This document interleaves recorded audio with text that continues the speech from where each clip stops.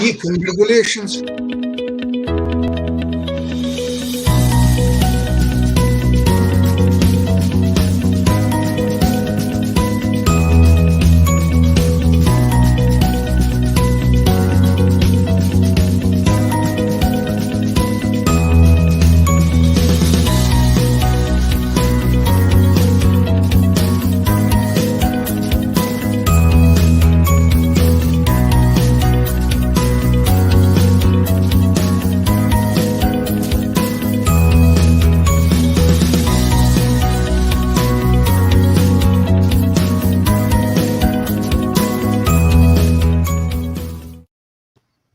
Hello, ladies and gentlemen. It's our financial show on Wednesday. My name is Sasha Star, and I'd like to introduce our panel.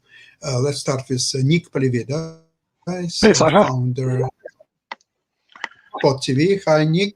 Very good. Ben. Peter. Hello. Welcome to the show. Peter, how are you doing? So good. Excellent. And then I'd like to introduce Roderick Mann. Roderick Mann, right. Hello. Hello. Welcome. Oh, you're freezing up to the every show. now and then. Let's do this congratulations to Nick. Yeah. What happened? So the final, well, it's been approved now that side investments for Hertz getting out of Chapter 11. The final court hearing will be on June 10th. So the stock is Just well over $5. So Nick, you are kidding me? Around $1. So you can sell probably half of your holdings. My dog. I haven't looked at the dog lately. Are you kidding me? Hertz, I'm actually going to do well. Yes. I can get 2 dinners rather than 1. Like I said, I don't have much in it. So. So I was wrong But about still, bankruptcy being banned in Holy this case. potatoes. Hey, it's $5.93 a share. It's almost $6 Wow. a share. I bought it for peanuts because I didn't put much money in it because it was in bankruptcy, but now it's $6 a share. Time to sell because the dog may not stay alive that long. Absolutely. You know? Because if you will read how much equity is this investment fund. Yeah. Oh, no, I haven't seen the details of what they're doing, Sasha. And Yeah, Sasha, I heard that cars are renting for like $1,000 a day in some places, and in some places now in the United States, mainly because people are beginning to travel again, that people are having to rent U-Haul trucks because they can't get cars. So there's a huge demand for travel there. yeah, I mean, but see, that's kind of like the basics, and something I think you can also get lucky because that was definitely a dog pick. In other words, I would not advise anybody to do what I did and buy that piece of trash out of bankruptcy again, you know. But hey, look, it turned around. So every now and then you get lucky. I mean, better be lucky than good. It's no doubt. good. Very brave bet, of course, but it pays off. And well, it'll pay off if I sell it, Sasha. I mean, there's no guarantee it's going to stick at $5.93 a share. Well, just hit the button right now. I know, but I have to have time. See, the problem is my schedule. I'm booked like every hour during the day. So like I got to find out when do I have time to go in to hit the buy button, the sell button. So Just use an iPad and use an iPad and, you know, while you're on the show, just click. Oh, yeah, right. I actually, that's a good point, but I just don't have it connected right now that direction. But I found the market to be very interesting because while I was doing appointments, the market slid yesterday, you know, and I watched all the stocks go. So what's going on with the market? Should I get out now, bail out because of inflation, Sasha? Well, I think go to cash. Yes, there are a lot of fears of inflation. The good thing is that I looked at this highly paid dividend stocks. They didn't go down that much, and some of them, if not most of them, actually going up. So this is quite interesting market, obviously. And I was looking at very popular ARK investments led by, of course, this what's her name? Kathy Woods. Is that right? Yeah. So I looked at some of her holdings, and all of them, without any exception, maybe one, they're all down. Now, what it tells me, once its downturn will be over, but who knows when? It could be next 24 hours. It could be another 2 weeks of going down, because I think the market was due to corrections, of course, for a long time, as we know. My defensive position is doing extremely well, which is TZA. It's a triple bear Russell 2000. It's doing well. So, okay, the market is the market. The good thing about the market that it will be there tomorrow, next week, and next month, believe it or not. So there's always something interesting to learn. Roderick, let me ask you how you're doing in this environment. Really well. Everything that I've got is up. Excellent. What are your best positions? Well, I've got 1/3 of my portfolio in cash and tips, and I got out of TLT, which is long-term treasuries, back in March because they had been really sinking since August. So I got into tips, and the tips the last 2 months have been doing really well. Then I've got a third. The second third is in gold, silver, and miners, which are up nicely, finally coming back up. And then I have a third of my portfolio dedicated to bets against tech and meme stocks. So I'm short, 550 shares of Tesla. I'm short 700 shares of Carvana. I've got about 5 other shorts. I've got some ETFs that are bets against tech, FNGD, TECS, PSQ, all of that. So yeah, everything's up. It's doing Excellent. Peter, what about you? How are you doing in this market? Well, I think you're right in a couple of ways. One, I mean, the market's obviously under pressure.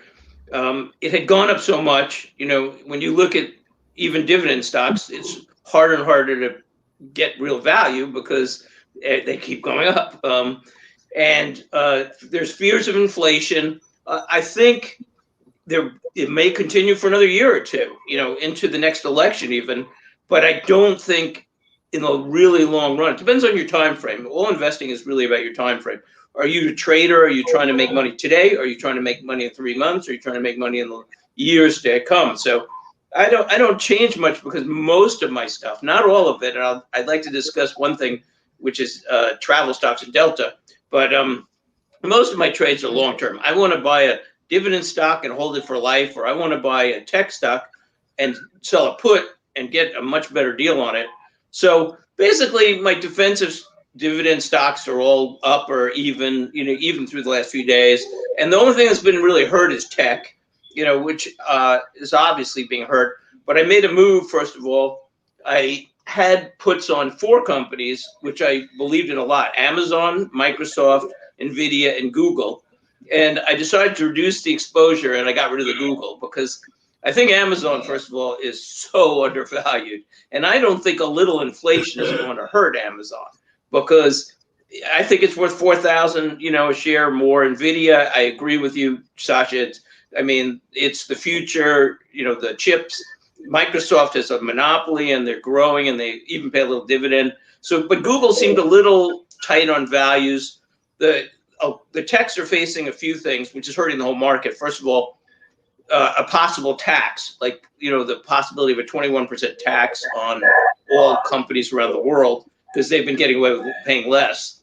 And also this, whole political discussion of, I think it's 230 or 232, I forgot which, where they've had immunity and it's going to cost them one way or another if they lose that immunity. And they've alienated a lot of Democrats and they've alienated a lot of Republicans with all their political positions. They should have stayed out of it like most companies. So overall, you're hanging in there and, everything's fine. Okay, that's a good approach. Now, while I was analyzing Cathy Wood's ARK investments in particular and different positions there, I was fascinated with 2 things. Number one, obviously she is top professional in her field.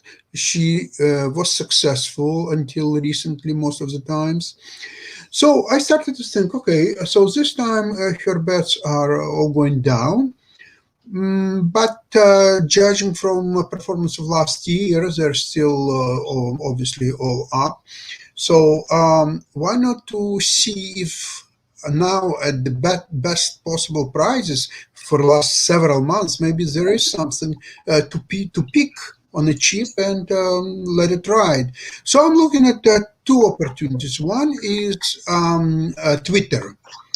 It's been down substantially in the last. They had actually they had pretty good report, quarterly report, but some talk about the guidance for next quarters or so on. So stock went down substantially, I must say, and it may go lower still. Probably it's around $50 now. So I would assume that it could go down to say $45. So if it will go to 45, 46 maybe dollars, would that be a buy in your opinion? What do you think? Oh, no, not for me, because again, I like to look at a long-term company. First of all, short-term and long-term Twitter makes me nervous. They've really alienated a lot of people, by again getting too involved in politics. So this rule, if it's changed, your immunity is going to affect them. Taxes may affect them. I'm not sure about that, but also half of their users are probably really angry at them or more, even people on both sides, for getting too political or not political enough. And, I think they should have gotten involved, and so it makes me nervous. And also, I don't think they have a moat for the long run. Look, my company's NVIDIA is going to be in business 10 years from now. I can guarantee it. Microsoft almost certainly, going to be huge in 10 years. Amazon certainly in 10 years. Twitter, I have no idea. The next Twitter could come along and bump them out, in a year, and they could be gone. So it's just not my long-term kind of investment.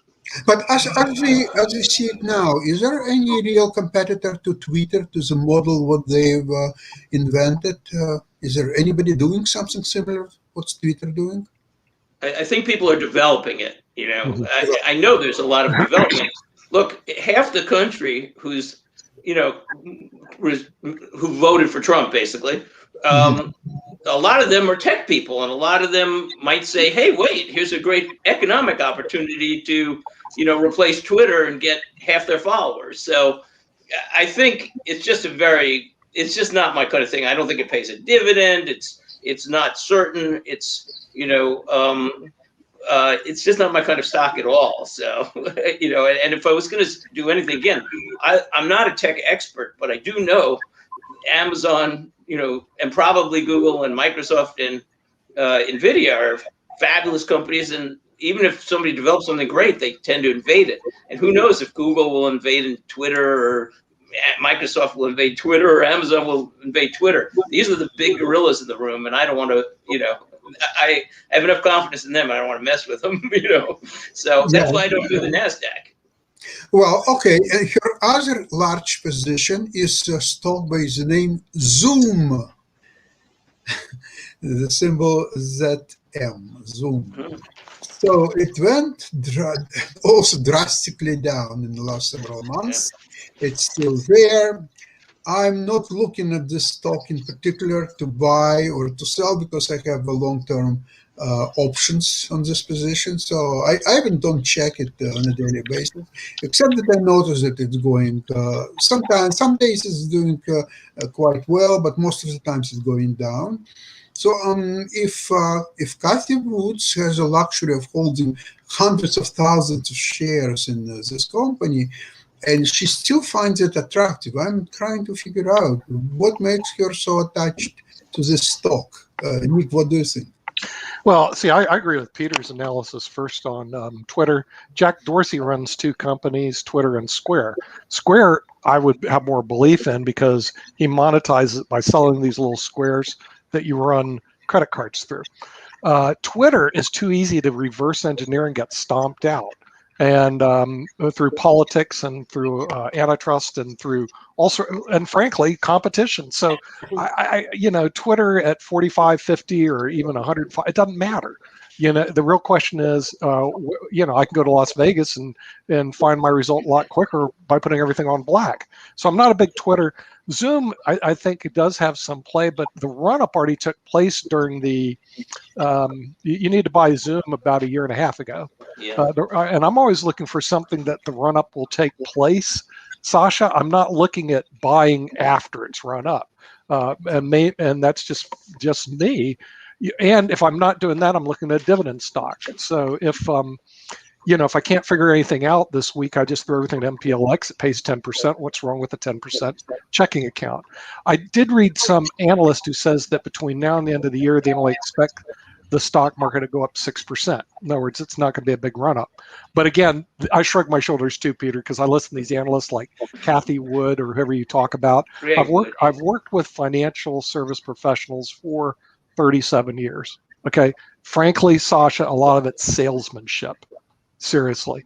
And so the thing is, I don't buy into their garbage. They're usually very good salesmen, and that's the reason they have a lot of assets under management. They betwixt the average person with their alphas and their betas, and the guy goes, oh, I've never heard of that before. Let me invest with them because they know more than I do. And they put the money with them. It's dumb, but that's what happens. So whoever this Kathy Wood is person, I could really care less. One of my clients was one of the largest fund managers in the world. He manages like over $1 trillion a long time ago. Let's see, what was it? It was the Royce funds. You probably know. He lives in your community, Peter. Okay, Chuck Royce runs Quest for Value, the Philadelphia fund. But see, he started in the 60s accumulating assets under management, then builds a huge portfolio. But then you see Warren Buffett goes, okay, if you guys are really that good asset managers, beat the S&P 500, I'll give you $5 million if you can beat it in 5 years. You know how many people did it?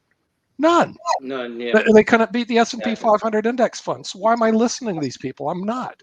What I try to is right now I'm above the index about 4 or 5 points. I'm happy because it's much better I can do making 2%, which is where all the pension funds are sitting at right now. 2 or 3%. I mean, it's horrible.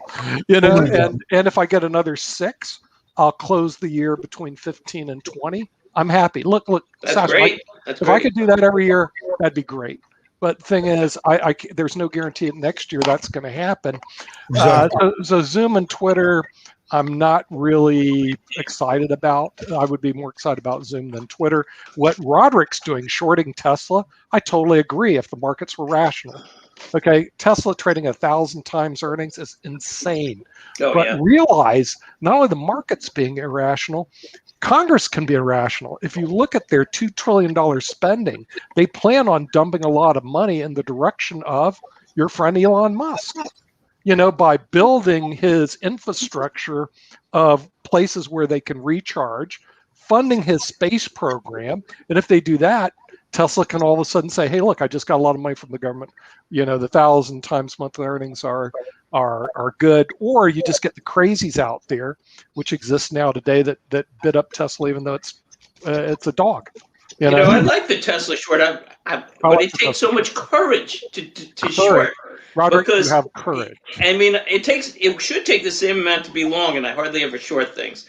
But I mean, first of all, Tesla. I just want to add the news I heard this week was that Ford had sold just second as their number one model in the EVs sold more than Tesla's number 2 model. They're like third place in model sales for the last week or month or whatever the figures were. So, and I know Volkswagen is projected to sell as much as Tesla in 2023, and Tesla has 30 times the valuation of VW, just in the EV market, VW. So Tesla's so far out of whack, but these crazy stocks where people, GameStops, things like that, it's just, you can bet it. You could be right it could take so many years to be right, Peter, today you have what I call the crazies that are in the markets, the wannabes. And after doing this for 37 years, I see them come and I see them go. And the next thing that happens, Sasha, there are seminars out there. Seriously. Oh, yeah. They'll say how you can make millions of dollars in the market. Okay? Absolutely. And that'll all take place until the day of reckoning hits. We don't know when that's going to be, but all of a sudden, Yeah. the major Might as well long-term happening correction- right now as we speak. No, I don't think it's happening. No, I don't I'm think not- so at all. I don't think so No. because Uncle Joe wants to write a $2 trillion check. So I don't think it's going to happen now. If it Because there's does, too much cash. There's so too much cash out there. Right, Look, too much cash. I'm Right. starting to pile up cash in my American Express bank account again Yeah. because I can't. I Oh. sold a few things, I trimmed a few things, and there's no returns. Even the dividend stocks are getting so narrow, and and I think, but there is a lot of short-term inflationary pressure. And I wouldn't want to add, by the way, about Kathy Wood. This is just perfect. I told my friend this a few months ago when he was thinking of getting in, and it was perfect timing. I said, if you look at any of the top managers and then you look at their next year, they could be at the bottom very easily. True. And she's been doing terribly for the last 3 months. She may do well in the end, but she's got these speculative stocks like Tesla and whatever else. All the big tech peak companies. So when tech is going down, she'll probably be one of the worst performing Exactly. for the last 3 months. If you're in this long enough, you see it. You'll Yeah. actually see it. A lot of investors, though, today, Peter, I can tell you they're newbie investors. They haven't been around for 37 years. They haven't seen these people come and go, the flash in the pans.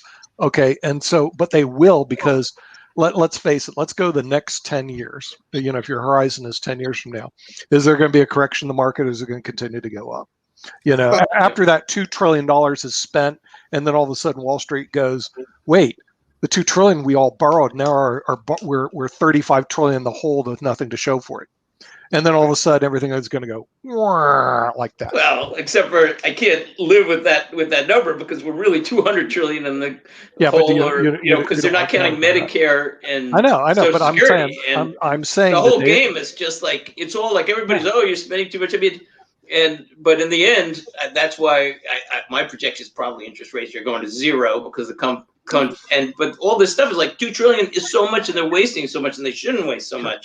But it just adds on top of the already huge amounts they've spent.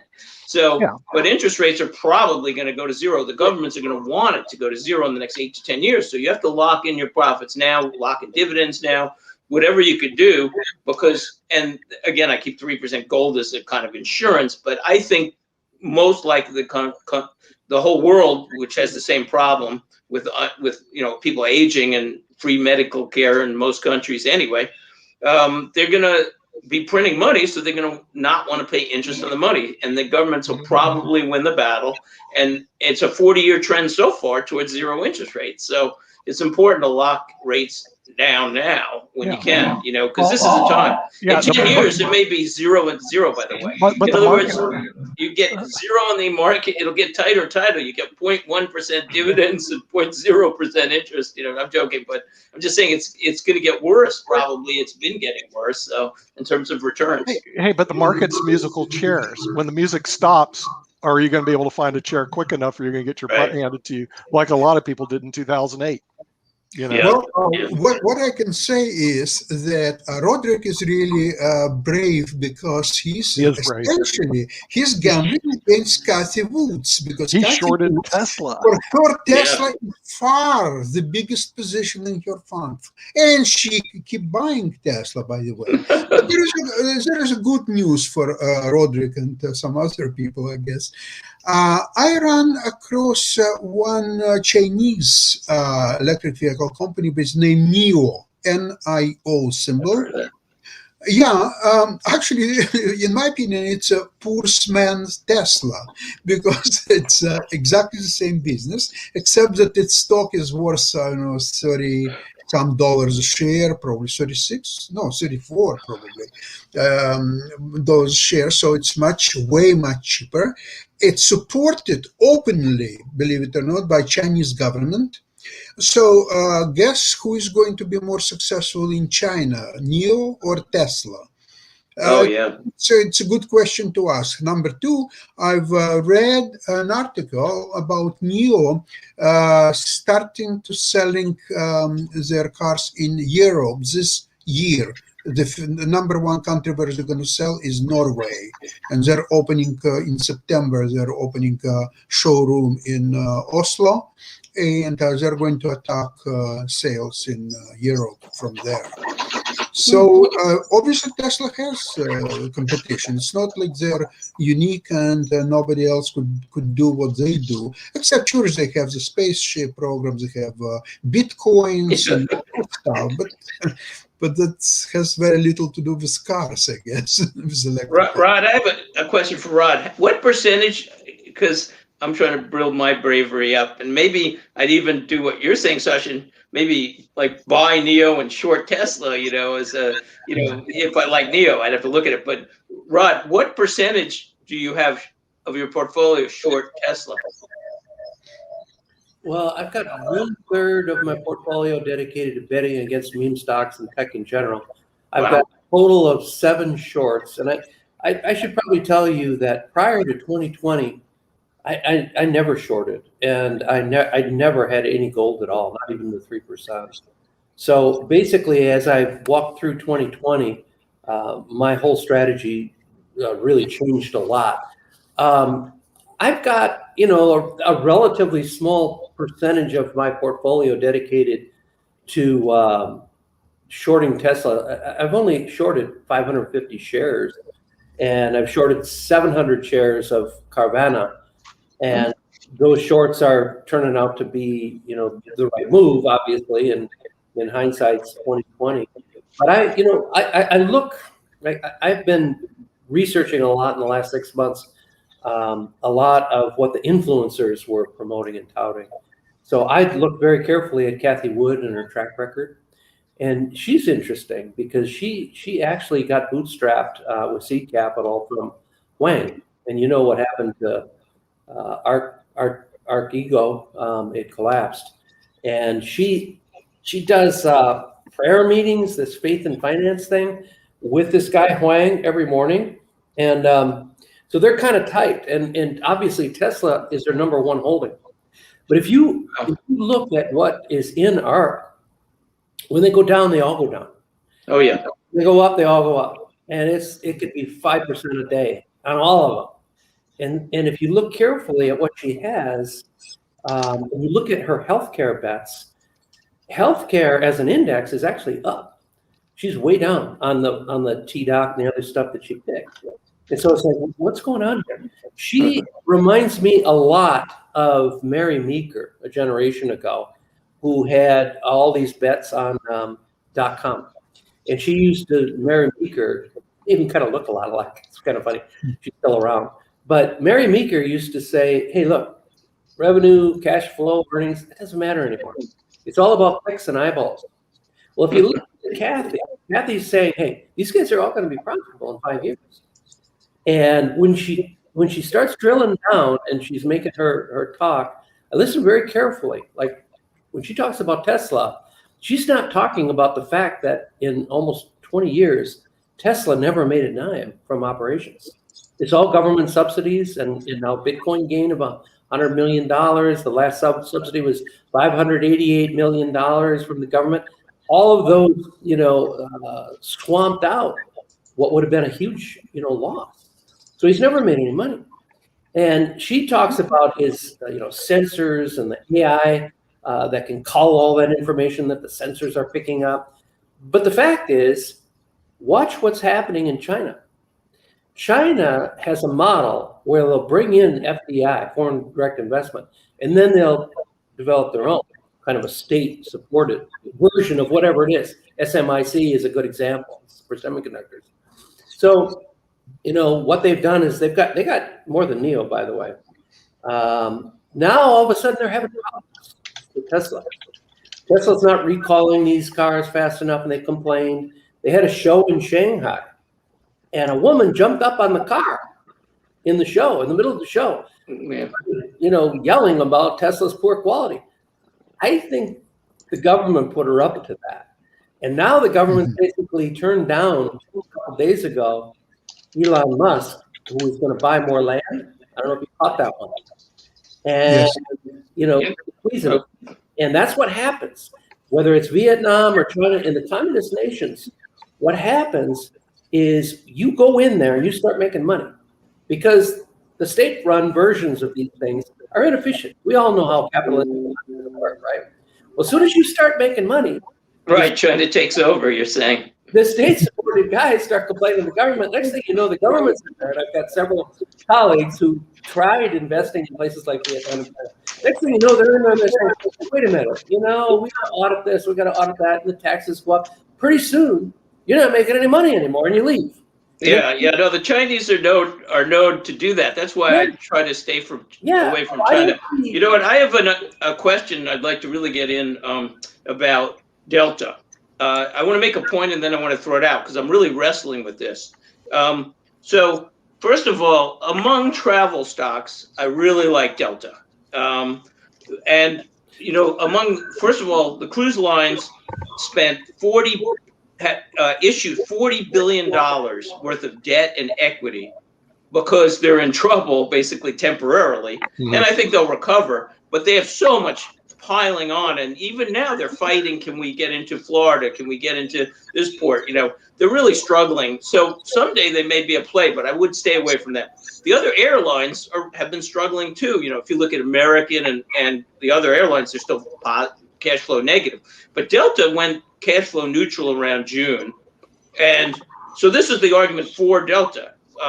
One of my friends who is very big was saying that he knows somebody in a credit card company and, people are booking the tickets left and right. And American Express announced that they had a 40% increase in Delta bookings, through their credit card and 90% increase in applications. So, and since they're cash flow positive, I figured sooner or later they're going to be, come back to where they were. They were at 60. So I sold some puts at 50, 52, 55 around there, and I covered it. Originally 44. Now I sold them at profit, and I went down to 38. But so it seems like a good long-term play.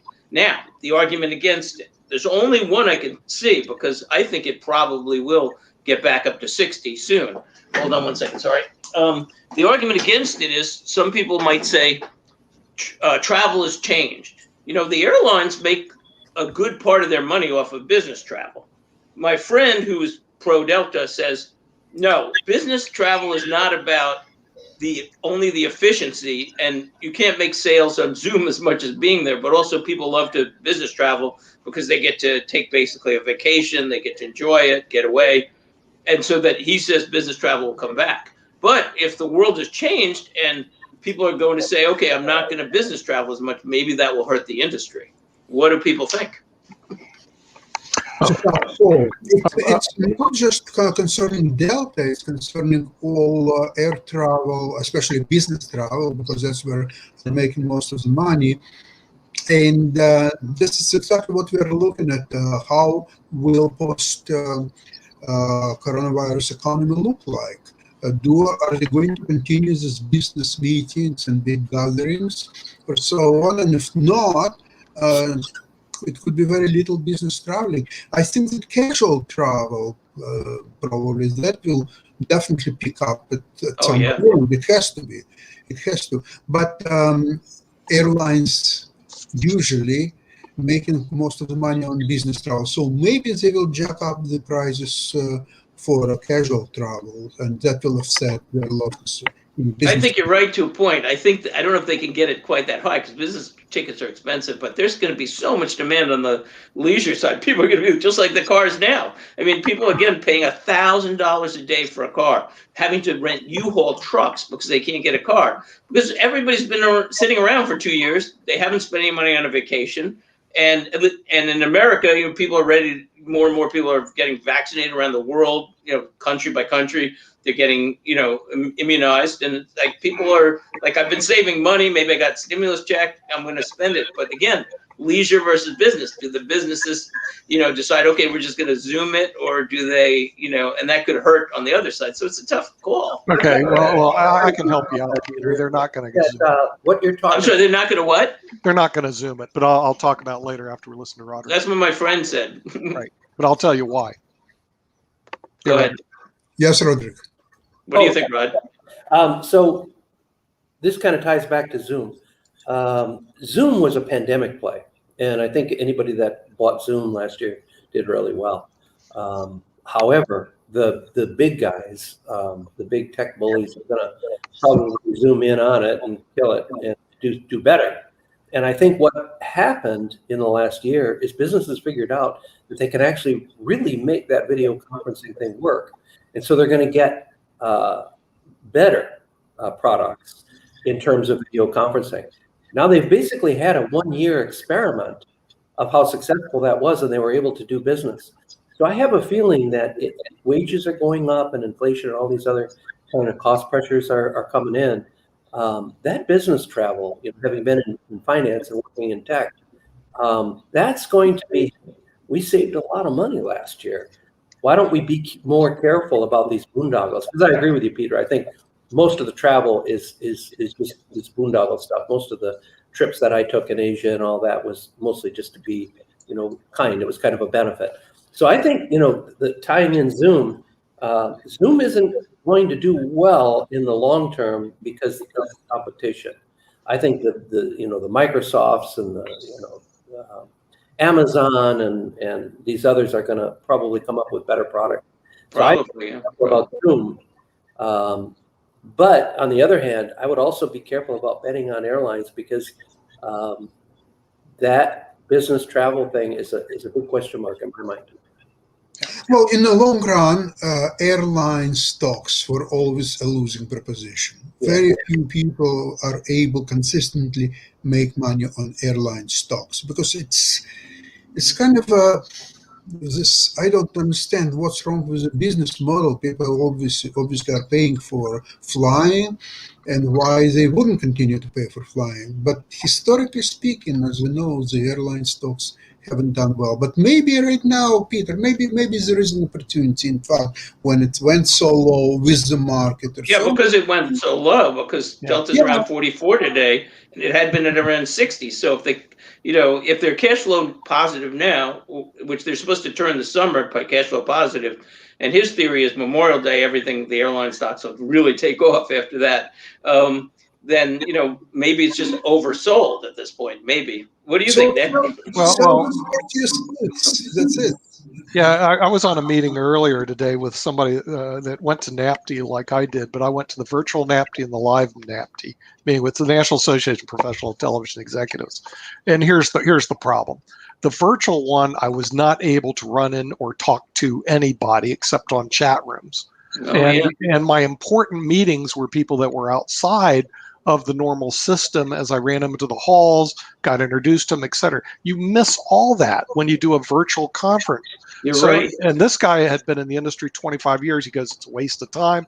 I went there. It's a waste of time. And if you have a virtual conference, I am not going. I've already been there, done that. If you want to meet new people. Now, if I just want to meet you, Peter, and we do a Zoom or GoToMeeting, no problem. We've known each other for 40 years. Okay, no problem. But if let's say I want to meet somebody new like Roderick and he's at a conference somewhere and I've never met him before, it is really hard to do, if not impossible, on a Zoom meeting. So conferences are going to start coming back and people are going to go to them. There's one called MITCOM in Cairns. He said, hey, we should go to it because we can run in to meet people, so that you can do business deals. And a lot of the business deals I've done are outside of listening to somebody lecture. It's outside of the confines of that. So I think you're going to see all that come back in the business travelers. Very good point. Again.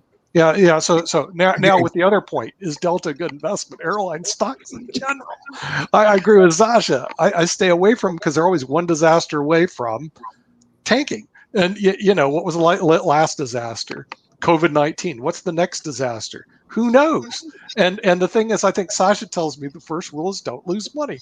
Well, you just invested in something that has a huge potential to get blown up by things that are not under anybody's control. Why would I want to do that when I can invest in ExxonMobil, which if they do die, it's going to be a slow death over a long period of time, but they're a well-managed profit machine, and if you have your choice, ExxonMobil or Delta, come on, Peter. Well, let me answer that because first of all, it's not my typical trade because what I did is definitely not typical, but I'm kind of believing my friend, is Ron, basically because he makes good arguments that it's going to come back fast. And so I sold 52 puts, 55 puts, 60 puts, but I covered at, anyway, 38. So I have a limited loss, but I think there's and then I can always extend that, by the way. So I Sure. can go and just get paid if it just stays flat, and actually get paid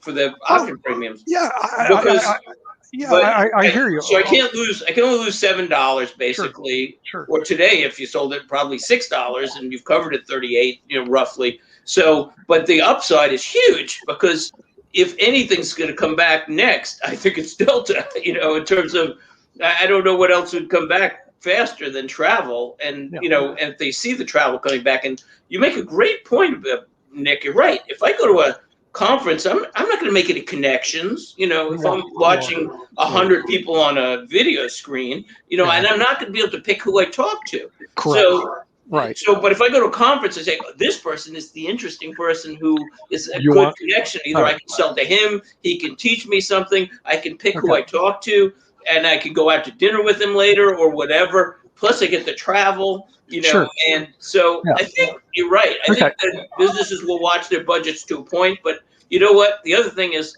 and now you've convinced me, and Nick really made a good point, but because also, let's say I need to make a sale, and Nick is going to call the guy up on Zoom, and I'm going to go fly to Florida or wherever I need to make the sale. I'm going to take the guy out to dinner and I'm going to pitch him. You are going to be on television for half an hour saying, "Oh, this is me. I'm great." Right. Good luck with that. You have an unbelievable competitive advantage going face to face. I'll give you another story. There's a guy face to face. Face to face. There was a guy who was in the Money Show. There was two people that showed up that I had targeted. One was Jack Dorsey, and the other was John Scully. Now, John was a former CEO of Apple. Jack Dorsey was the current CEO of Twitter. All right. So I flew to Las Vegas. My goal was to meet with them and film them. The only way I was able to do it is to break through the crowd, get right in front of John Scully's, shake his hand and say, "Look, I'd like to do an interview with you." He agreed, and it even plays now on the IBM TV network. I did the same thing with Jack Dorsey, but he had to catch a plane, and I got a rain check on him. Right. Both those events would never, ever, ever take place in a virtual conference. Not even close. Because you physically had to go through a crowd, which I can do because I'm a fairly big guy, get up and shake his hand and ask for the appointment. And so the thing is, I just don't see these virtual conferences. They'll have a certain amount of appeal to a certain amount of people who don't want to travel and stuff. But it's like it's not going to be the same. And the sharper salesman won't go. The guy I talked to right before here goes, "I'm not going to go." He said, "I already know what happens, nothing." And he says, "I'm a deal maker. I do all the sales. I did all the sales for the BBC worldwide, and also for ABC. And I learned a lot just talking to him." He goes, "Dancing with the Stars was a BBC production that they sold to ABC. I had no idea. And then they made a mistake. They didn't get international rights. And so after they had the rights in the US, ABC reverse engineered it and put it all over the world. The Dancing with the Stars." I had no clue. But see, stuff like that can't be done in a virtual meeting. So these virtual meetings have very limited opportunities. They're good for certain things, and I've done it for years. It's a great, exactly. It's a great point. But your point making on a sale, and also, you know what? If you want to team build, if you got to fly your team out to Las Vegas or Florida, or somewhere in the wind, for a nice vacation and everything, or try to team build on a conference. Now, I'm not saying it won't. It is a new thing. It will be there. But airlines will come back. Yeah, you're right, Peter. Peter, after this, let's go have dinner. Oh, we can't because we're on a virtual thing. Right, exactly. You see what I mean? I mean, it just ain't. Rod, can I get your signature on this contract? Rod, I need your. We need an e-signature form. I mean, but you're right on Delta, because I dumped Carnival because I made my 20% and I got nervous with Carnival. I'm going like, this industry has systemic short-term problems, and I made money on the run-up, so I said I'm out. So but the thing is, with Delta, you may have a short-term play there, Peter, because what happens is people start seeing the numbers start coming in. They're going to be favorable, I believe. Yeah, people are going to start traveling again. There's going to be a run-up on it. Now the question is, how long do you want to hold it? Because it's a musical chair. When is the next disaster going to take place? You Right. know, a Well, building. if I Yeah, I sold don't six, know. I have limited risk because I protected it with some 38 Sure. puts, and Yeah. if it doesn't get to 60 by September, maybe then I just roll them. Maybe I get a little extra Yeah. premium, and I mean, listen. I might invest in Delta because I think on the short term, you're right. It'll probably hit 60 by September because But there's going to be you a lot might of want to stuff. use puts too if you have the margin power. You always have to be Yeah. careful, audience, Yeah. with margin power. But Margin power. if you have the margin power, because then you can buy. You can always get it for less than it is today, and then protect it. Right. So if but I personally think there's a shot at 55 or 60 in the next 3 months. I think you're right, and I also And some people, by the way, said 90 in the next year. So who knows? and that might be right. With no natural disaster, it could be a $90 stock. I mean, I bought IBM on the low, and they've done really well. I'm up, I don't know, double digits in just that stock alone because I thought that it was a out of favor play, and I am looking at Intel again right now because Intel is out of favor. I don't like buying the momentum stocks like AMC or Tesla or Zoom, anything that's momentum. I like to stay away from. I want to buy the stock that no one's looking at that has potential to go up because they're in a good industry and they have good fundamentals. Delta might be a play. I mean, I'm seriously going to look at this because I believe that travel is going to come back. Because in the United States for sure also, and Delta's heavy in the U.S.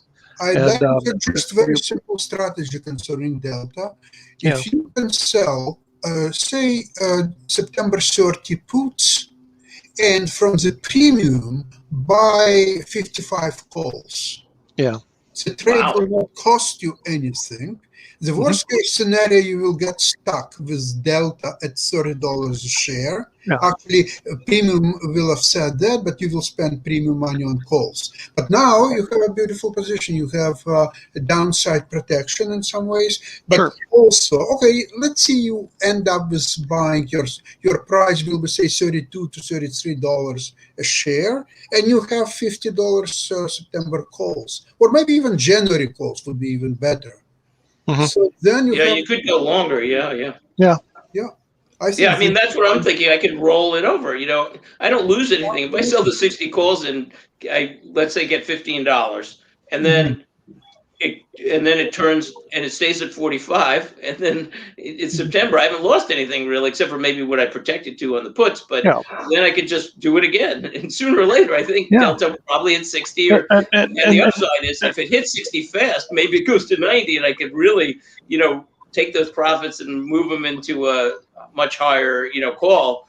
And, if I think it'll head towards 70, 80, or 90. So, it's an aggressive play. Speaking, as I said before, what's a major problem with the airlines is that if plane flies, say, from New York to Las Vegas, right?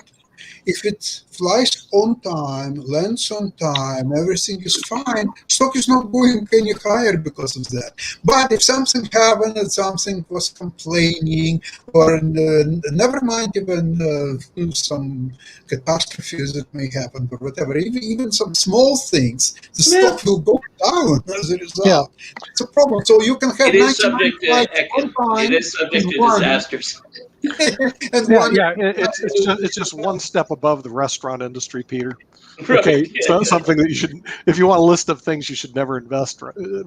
Number one, restaurant industry. Okay, look very closely before you put any money into any restaurant. I never have. Okay, good. Number two is airlines. As you go from bottom up, the top ones are things that can be scaled internationally, but usually by the time you get there, the ship, it's already left the port. So by the time the ship's left the port and you're too late, which is really the problem with you're chasing these tech stocks. And like Tesla, you should have bought it about 2 years ago, and you should be dumping it like now. But a lot of people won't do that. They're going to hold on to it. Roderick Shorty, which I think is great.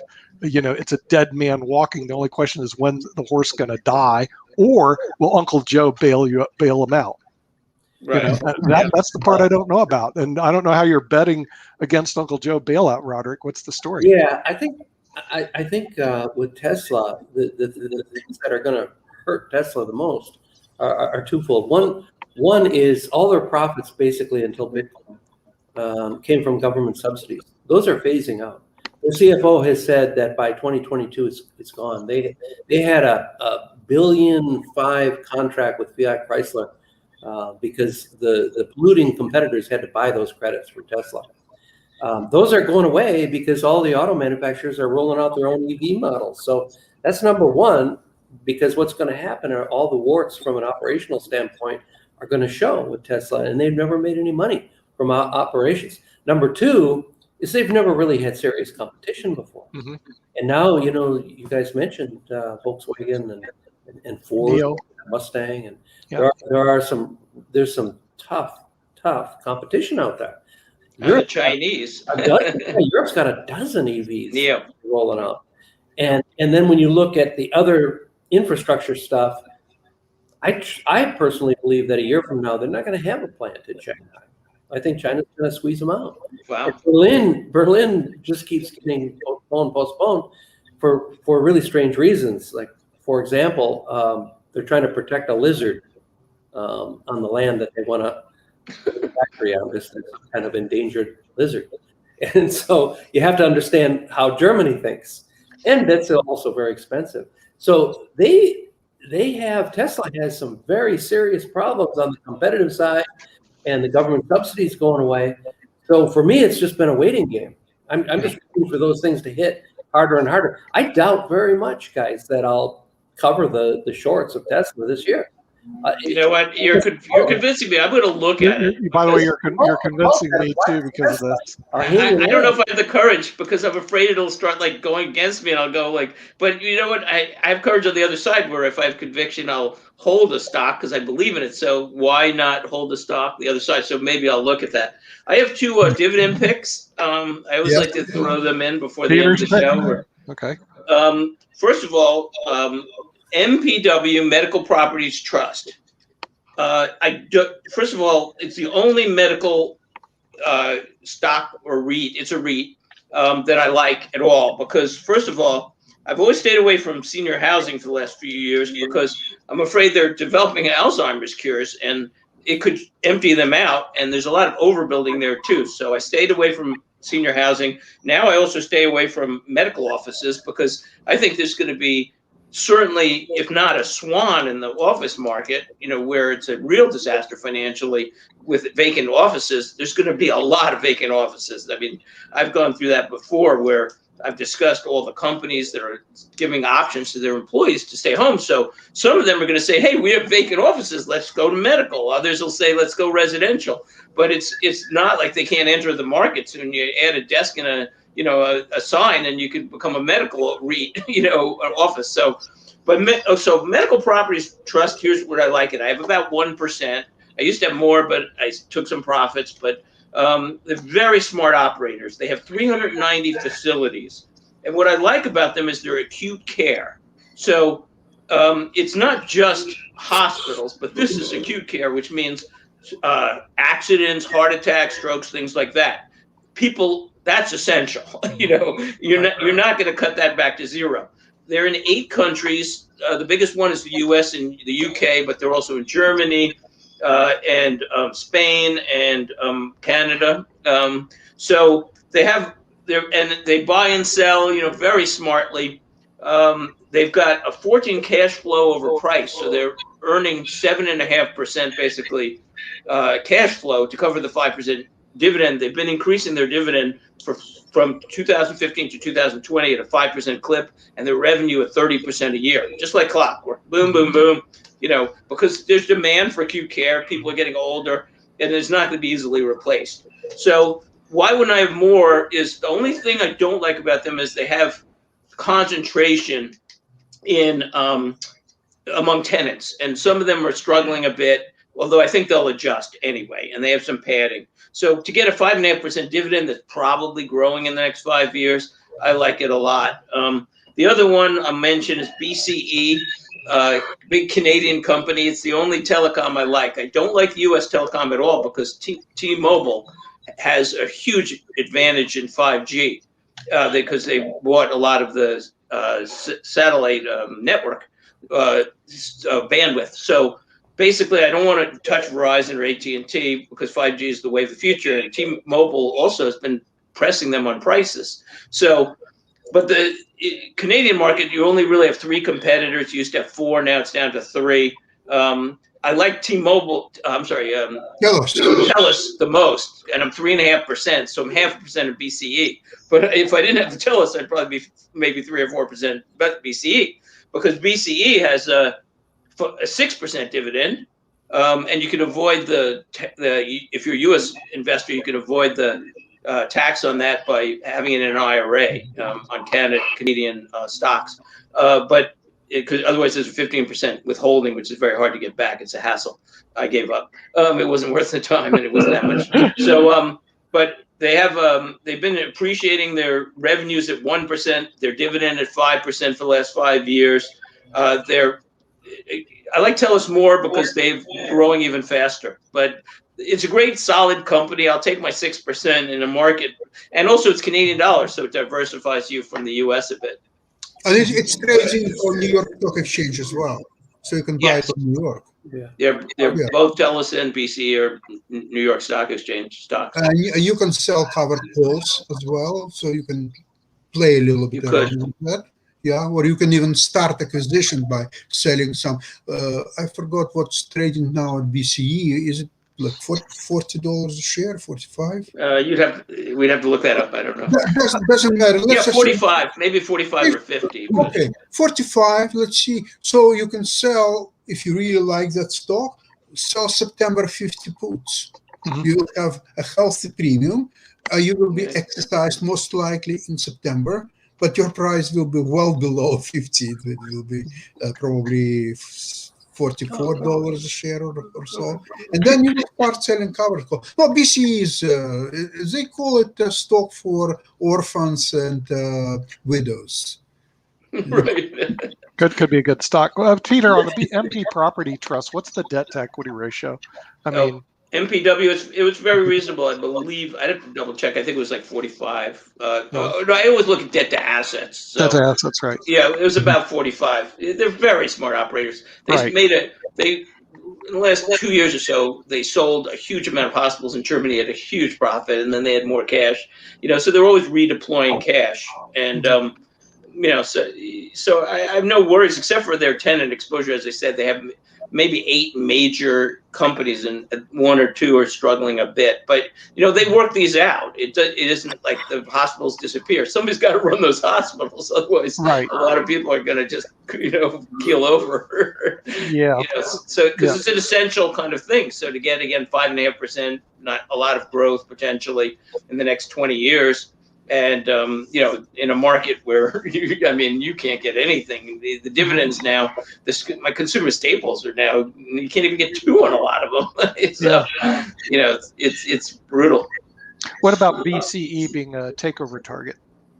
I doubt it. The actual danger is that Canada has been trying for years to. No, they're huge. There's only 3 major carriers in all of Canada, but it's not likely somebody's going to invade Canada, because there was talk like maybe Verizon would enter Canada. And Canada, the government's always been talking this up. They've been saying, "Oh, we want to, get more competition." And meanwhile, they lost one of the 3 competitors recently. I forgot I'm not going to say the name because I'm not sure, but they went from 4 to 3. But they're always like, we want more competition, But these are great companies. They're efficient. They're keeping their prices down, and they are competing with each other.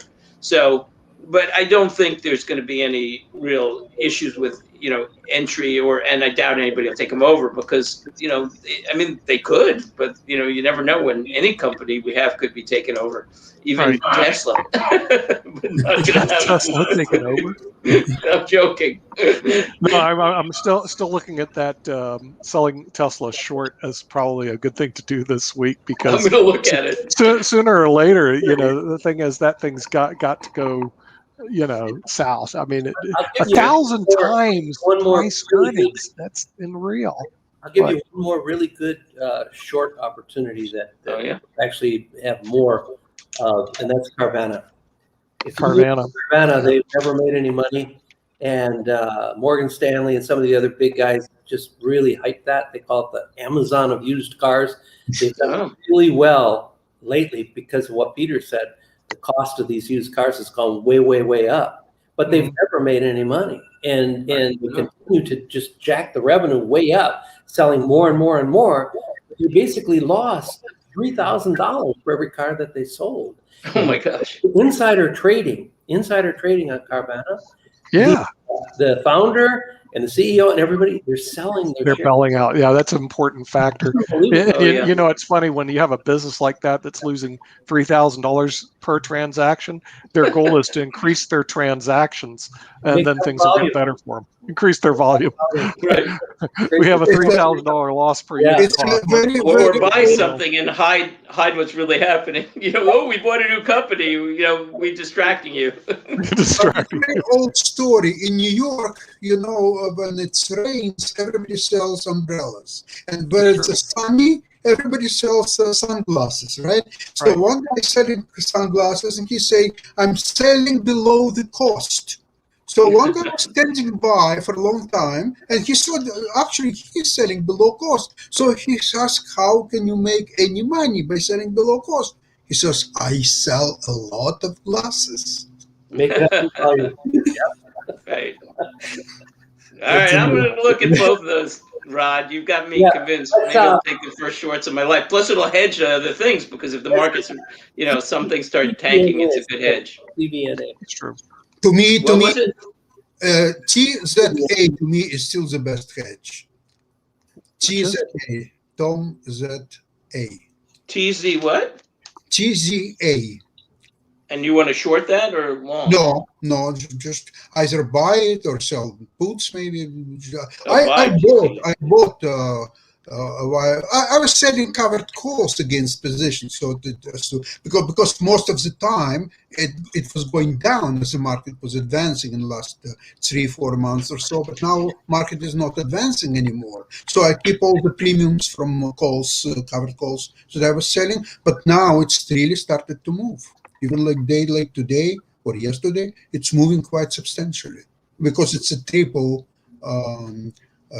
reversed Russell 2000. So if Russell is going down, say 2%, that TZA is going up 6% because it's a triple bear. Oh, okay. As soon as we're off the air, I'm going to bail out of my Hertz. Yes, please. Who knows? I never would say sell or buy it. I thought it wasn't going to even make for money. So, but I thought it would go to zero, but I figured, what the heck, But now I definitely can afford to buy Sasha a dinner. I can see him. There you go. Absolutely. A few more peaks. That's your dinner money, Sasha. Okay. Yeah, I'll have to start working on my appetite. Okay, we'll do.